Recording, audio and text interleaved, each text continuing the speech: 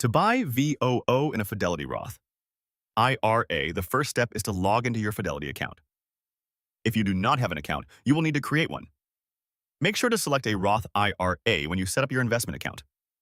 Once logged in, navigate to the account section and select your Roth IRA to ensure you are making transactions within the correct account. Next, use the search bar at the top of the page to enter the ticker symbol VOO. This is the Vanguard S&P 500 ETF that you are interested in purchasing. Once you see VOO in the search results, click on it to view more details about the ETF, such as its performance, historical data, and other relevant information to help inform your decision. After reviewing the information, you can proceed to make a purchase.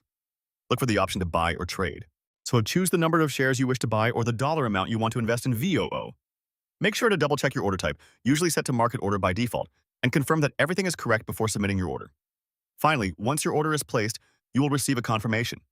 It may take a little time for the transaction to process. You can monitor your account to check the status of your purchase. Congratulations, you have successfully bought VOO in your Fidelity Roth IRA.